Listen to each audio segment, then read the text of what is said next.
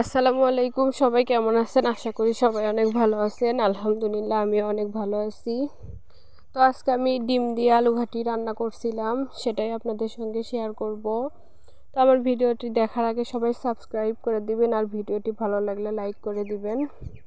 তো এখানে আমি আলুগুলো সেদ্ধ করে নিয়েছিলাম, সেদ্ধ করে আলু ঘাটি করব। তো আলুগুলো সেদ্ধ করে নিয়ে তারপর ছিলে আমি হাত দিয়ে সুন্দর করে যেরকম ভর্তা বানাই ওরকম করে নিলাম। তো আলুগুলো সবগুলো ভেঙে দিলে পরে আলু ঘাটিটা ভালো হবে, আঠা আঠা হবে। তো এখানে আমি তেলের মধ্যে পেঁয়াজ দিয়ে দিলাম, পেঁয়াজ একটু হালকা করে ভেজে নিব, নিয়ে তারপর তার মধ্যে মশলাগুলো দিয়ে দিব। এখানে কাঁচামরিচ আর পেঁয়াজ একসঙ্গে বেটে নিয়েছিলাম, আদা রসুন জিরা, তারপর দারচিনি, তেজপাতা, সাদা এলাচ, এগুলা ডিমের মধ্যে দেওয়া যায়। আর মাংস দিয়ে আলু ঘাটি করলে দেওয়া যায়, কিন্তু মাছ দিয়ে করলে দেওয়া যায় না। তো এখানে আমি হলুদের গুঁড়া, মরিচের গুঁড়া, তারপর লবণ সবগুলো একসঙ্গে মিক্সড করে নিচ্ছিলাম। তো এখানে আমি সবগুলো মিক্সড করে নিয়ে তেলের মধ্যে ঢেলে দিব, দিয়ে মশলাটা আগে কষায়ে নিব। তো এখানে আমি মশলাগুলো তেলের মধ্যে দিয়ে দিলাম। মশলাটা যখন তেল ছেড়ে আসবে, ভালোভাবে কষানো হয়ে যাবে, তার মধ্যে আমি আলুগুলো দিয়ে দিব।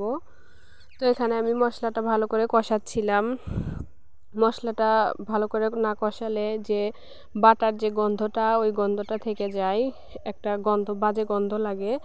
তো এর মধ্যে আমি আলুগুলো দিয়ে ভালো করে কষায় নিব। তো আলুগুলা একদম আঠা আঠা করে কষাতে হবে, না হলে আলু ঘাটিটা খেতে ভালো লাগবে না। আলু যত ভালোভাবে কষানো যায়, আলু ঘাটি খেতে ততই মজা লাগে। তো এখানে আমি আলুটা একদম আঠা আঠা করে কষায় নিব।